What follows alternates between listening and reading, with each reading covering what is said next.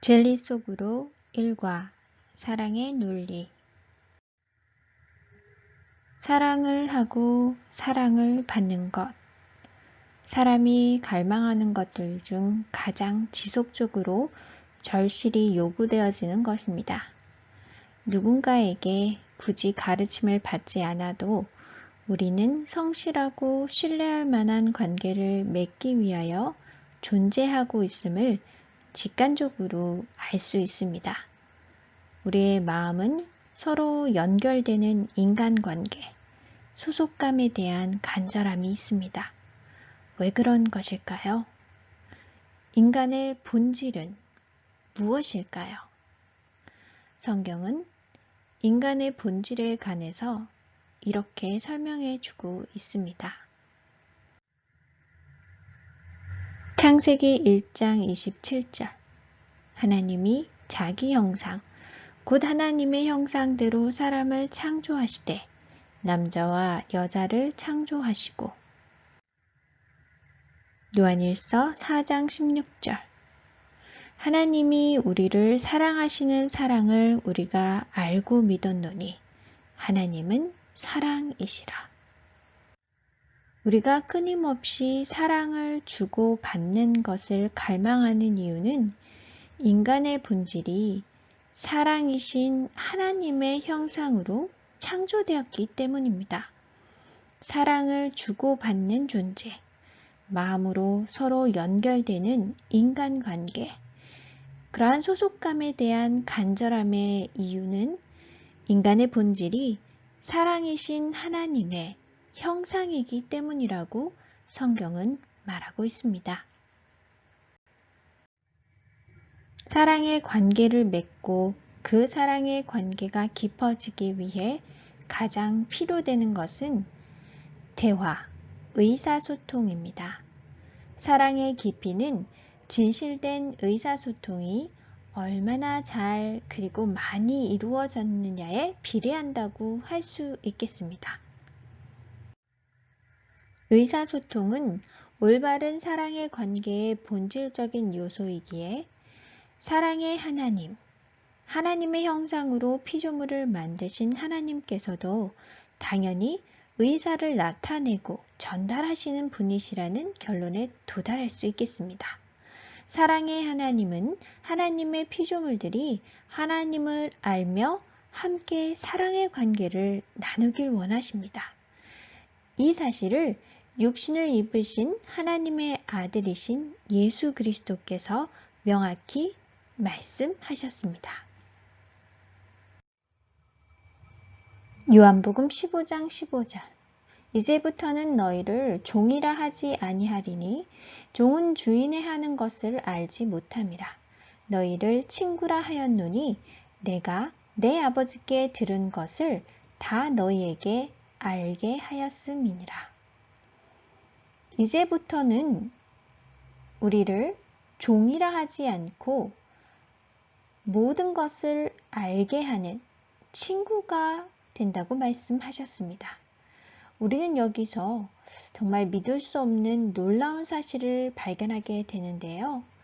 즉, 우주에서 하나님 외에는 다른 신이 없는 가장 큰 능력의 존재가 자신의 힘으로 우리를 지배하려는 것이 아니라 오히려 대화를 통해서, 의사소통을 통해서 하나님을 우리에게 알려주심으로써 우리와 친구가 되고 싶어 하신다는 것입니다. 이것이 하나님께서 글자로 쓰여진 책을 우리에게 주신 이유인 것입니다. 디모데후서 3장 15절. 모든 성경은 하나님의 감동으로 된 것으로. 성경은 당당히 하나님의 의사소통의 장치라고 말하고 있습니다. 또한 앞에서 언급된 예수님의 말씀에 따르면 하나님께서 우리와 의사소통하시는 그 목적이 우리와 친구로서 사랑을 나누기 위함인 것이었죠. 성경은 우리의 이성적인 이해를 통해 우리에게 강압적인 권한을 행사하거나 맹목적인 순종을 요구하는 목적으로 있는 것이 아닙니다. 성경은 하나님께서 하나님의 사랑을 드러내시고 우리가 하나님을 알 수 있는 그 길을 열어주는 매개체라고 말하고 있습니다. 누가복음 6장 45절 마음에 가득한 것을 입으로 말함이니라. 예수님께서 인간의 말이 마음에 가득한 것을 말하는 것이라고 말씀하셨듯이 만약 성경이 하나님의 말씀이라면 우리는 성경 속에서 하나님의 마음을 발견할 수 있을 것입니다. 그런데 어떻게 우리는 이 성경이 주장하는 바가 진실임을 확신할 수 있을까요? 자기 교만에 빠진 한 왕이 있었습니다. 그는 자신의 힘에 도취되어서 항상 자신이 얼마나 위대한지를 생각했습니다. 어느 날 하나님은 조심스럽게 앞으로 있을 2500년간의 역사를 미리 보여주심으로 이 교만한 왕을 낮아지게 만드셨습니다. 이것은 성경 다니엘서 2장에서 4장에 기록된 이야기입니다. 꿈속에서 왕은 금속으로 만들어진 사람 모양의 동상을 보았습니다. 머리는 금이며 가슴과 팔은 은, 배와 허벅지는 구리, 다리는 철, 발은 철과 진흙으로 된 것이었습니다. 그리고 한 돌이 동상에 발을 쳐서 동상을 가루로 부서뜨리고 그 자리에 큰 산을 이루었습니다. 당시 바벨론의 포로였던 다니엘 선지자는 바벨론 왕 느부갓네살에게 그 꿈을 해석해 주었습니다. 다니엘서 2장 36절 38절 그 꿈이 이러한즉 내가 이제 그 해석을 왕 앞에 진술하리이다. 왕이여 왕은 열왕의 왕이시라. 하늘의 하나님이 나라와 권세와 능력과 영광을 왕에게 주셨고 왕은 곧 그 금머리이니이다. 왕의 후에 왕만 못한 다른 나라가 일어날 것이요. 셋째로 또 놋 같은 나라가 일어나서 온 세계를 다스릴 것이며 넷째 나라는 강하기가 철 같으리니 철은 모든 물건을 부서뜨리고 이기는 것이라. 철이 모든 것을 부수는 것 같이 그 나라가 문나라를 부서뜨리고 빻을 것이며 왕께서 그 발과 발가락이 얼마는 토기장이의 진흙이요 얼마는 철인 것을 보셨은즉 그 나라가 나누일 것이며 왕께서 철과 진흙이 섞인 것을 보셨은즉 그들이 다른 인종과 서로 섞일 것이나 피차에 합하지 아니함이 철과 진흙이 합하지 않음과 같으리이다. 이 열왕의 때에 하늘의 하나님이 한 나라를 세우시리니 이것은 영원히 망하지도 아니할 것이요 그 국권이 다른 백성에게로 돌아가지도 아니할 것이요 도리어 이 모든 나라를 쳐서 멸하고 영원히 설 것이라. 왕이 사람의 손으로 아니하고 산에서 뜨인 돌이 철과 놋과 진흙과 은과 금을 부서뜨린 것을 보신 것은 크신 하나님이 장래 일을 왕께 알게 하신 것이라. 보여진 꿈은 역사적 사실로 정확하게 이루어졌습니다.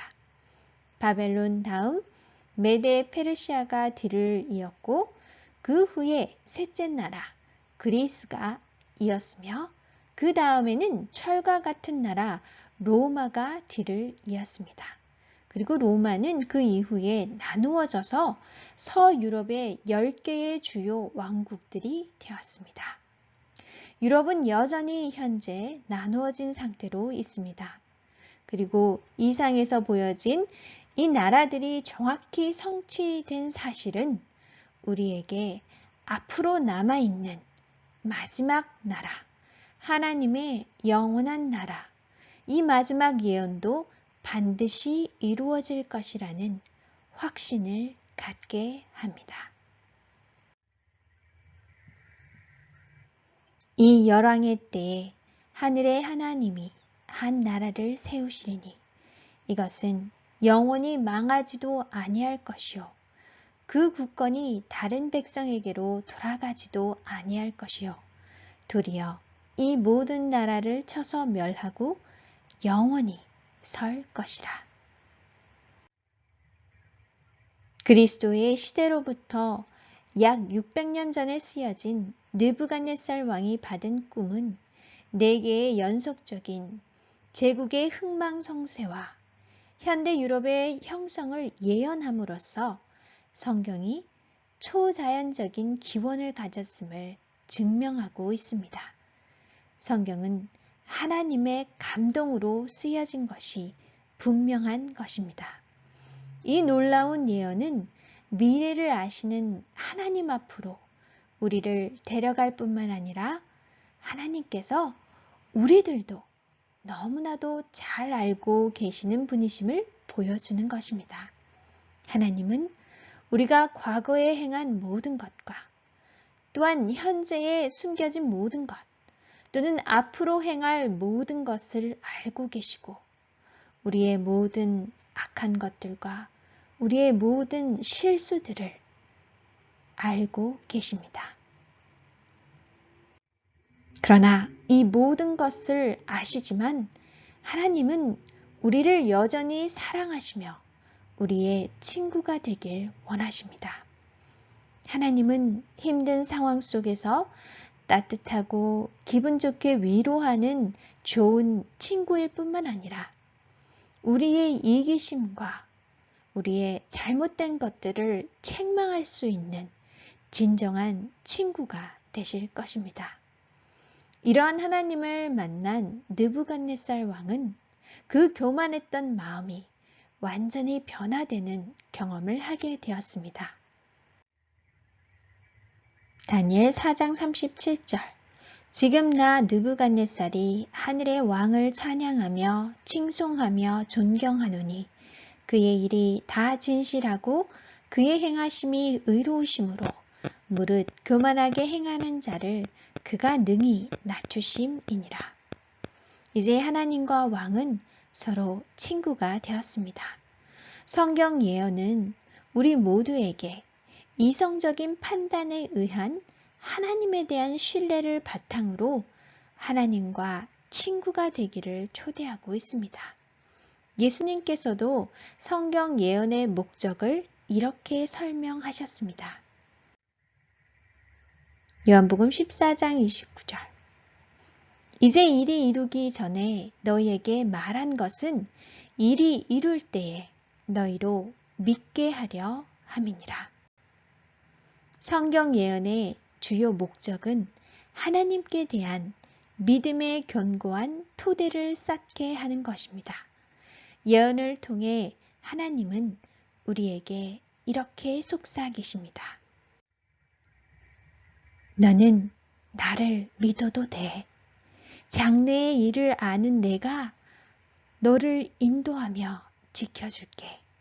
그러니 너는 나를 믿어도 돼.